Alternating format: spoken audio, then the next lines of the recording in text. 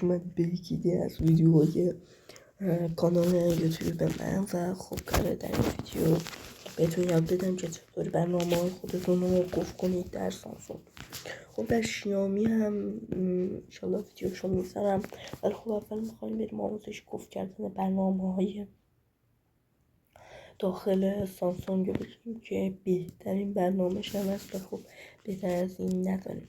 اول اینکه باید بگم که کلا تو تنظیمات سامسونگ چیز به نام قفل برنامه وجود نداره، برعکس اینکه بسیار هم چیز امنیت بالایی داره. حالا جستجو کنیم قفل برنامه، جستجو کنیم همینجور که میبینید این پایین توی قابلیت دسترسی فقط قفل برنامه اکسلاک آورده که اینجا باید حتما روشن باشه. و خب بریم که کارمون رو شروع کنیم. من برای اینکه کامل توضیحات خوب و تکلیف به شما بگم، نه اینجوری میشه بگم و خب آموزش همه چی رو بهتون بگم، اول خودم یه بار حذف میکنم. سید بیایم بیرون که دیگه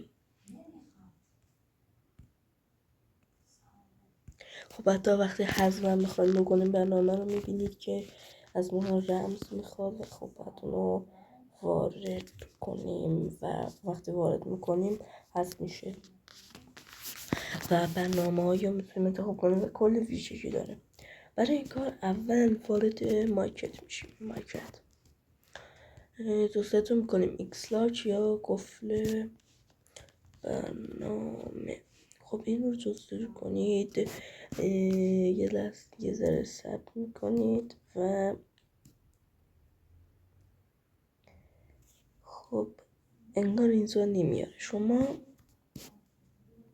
چیزی که جستجو میکنید اینه، جستجو میکنید ایکسلاک، اینو جستجو میکنید، ایکسلاک رو جستجو میکنید برمیدارید و خب اینجا پیداش میکنید تقریبا چند. خب بعدش دانلودش میکنید و استراش میکنید. وقتی برنامه رو اجرا میکنید میگه که به ایکسلاک خوش اومدید، به شما رایما کنید و اینو اشتونشون کنید و میزنید. شما میتونید اینجا یک الگو و در پایین هم یک دکمه از اونو بزنید، به پین تبدیل میشه.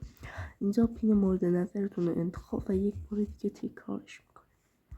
بعد برنامه هایی که شما میخواهید اونا رو قفل کنید و انتخاب میکنید. خودش هم چند تا برنامه حیاتی و مهم و گذاشته، شما اینا رو برمیدارید و برنامه هایی که خودتون میخواهید رو میذارید. خب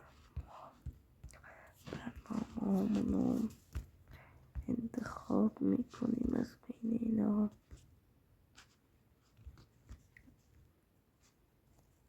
و بعد قفل رو میزنیم، دکمه آبی. اینجا این لیست برنامه‌هایی که شما میتونید قفل کنید رو میزنید که به دو بخش بازگشایی شد و قفل. اینجا شما میتونید قفلش رو باز کنید، کنارش هست. خب از بالا شروع میکنیم. بخش اول قاف صندوقه. اینجا میتونید ویدیو ذخیره کنید، یعنی در واقع ویدیوهاتون اینجا نگهداری کنید که اینجا مثلا حفاظت در هر برنامه و اینا رو فعال کنید. اما اینجا میتونید شما ویدیوهاتون رو نگه دارید. در حذف کننده فایل هر جور حذف کننده است که شما کمک بکنه اون چیزا به درد نخوره خب پاک کنید. اونایی که زیاد به درد نمیخورد و شما میتونید پاک کنید. و خب من زیاد نمیذارم. عکس سلفی از مصاحب شما اینو روشن میکنید، سپس هنگام استفاده از برنامه رو میزنید.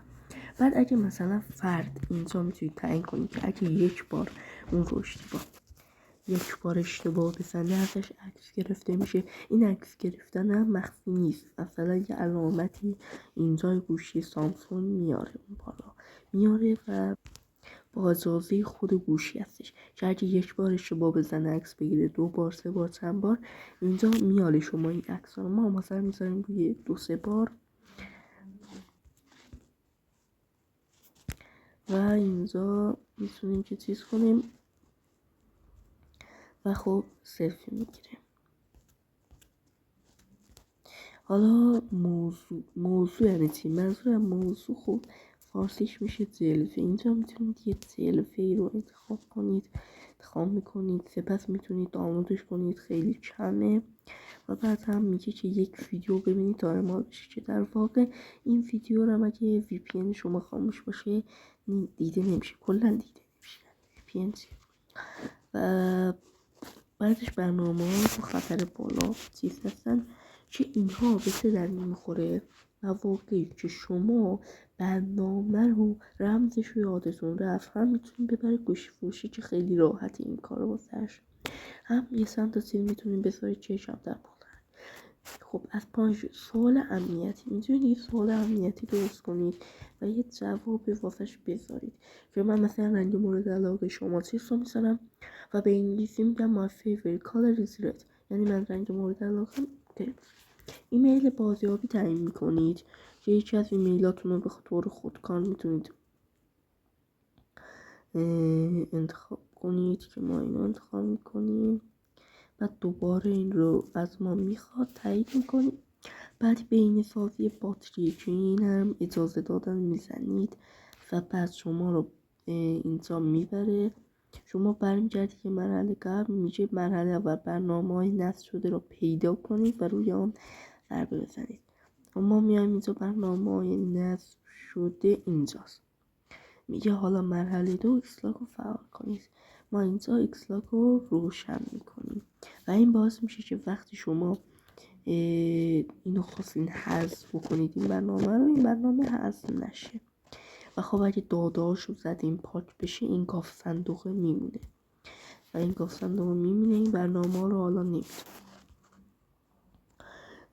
در بخش ممنوع هم میتونید مثلا چیز کنید. بخش تنظیمات اینجا میتونید گفره گشایی رو با اثر انگشت فعال کنید که اول رمز فعلتون رو میزنید، بعد یه اثر انگشت واقعا ثبت میکنید، بعد اثر انگشت. اینجا نوعی رمزتون رو الگو پین 4 رقمی پین 6 رقمی.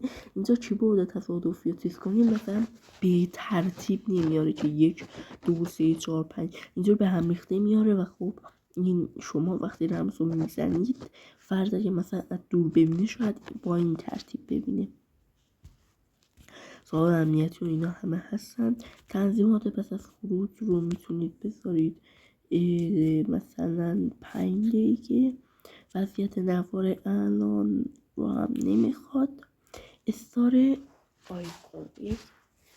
آیکون براش انتخاب میکنید که برای مثال من این ساعت رو انتخاب میکنید اسمش و آیکونش اینجوری تنظیم میشه و خب افرادی که اون رو میبینن زیاد شک نمیکنن. بعضی از برنامه‌های گفت مشکلشون هم همینه که مثلا طرف شک میکنه.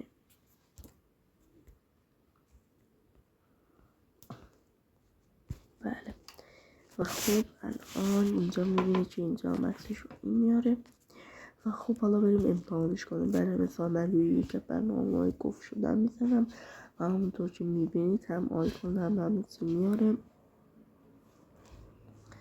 مطمئنه که آیکون دیگه نمایش داده نشه. بعد هم میتونید بزنید دور و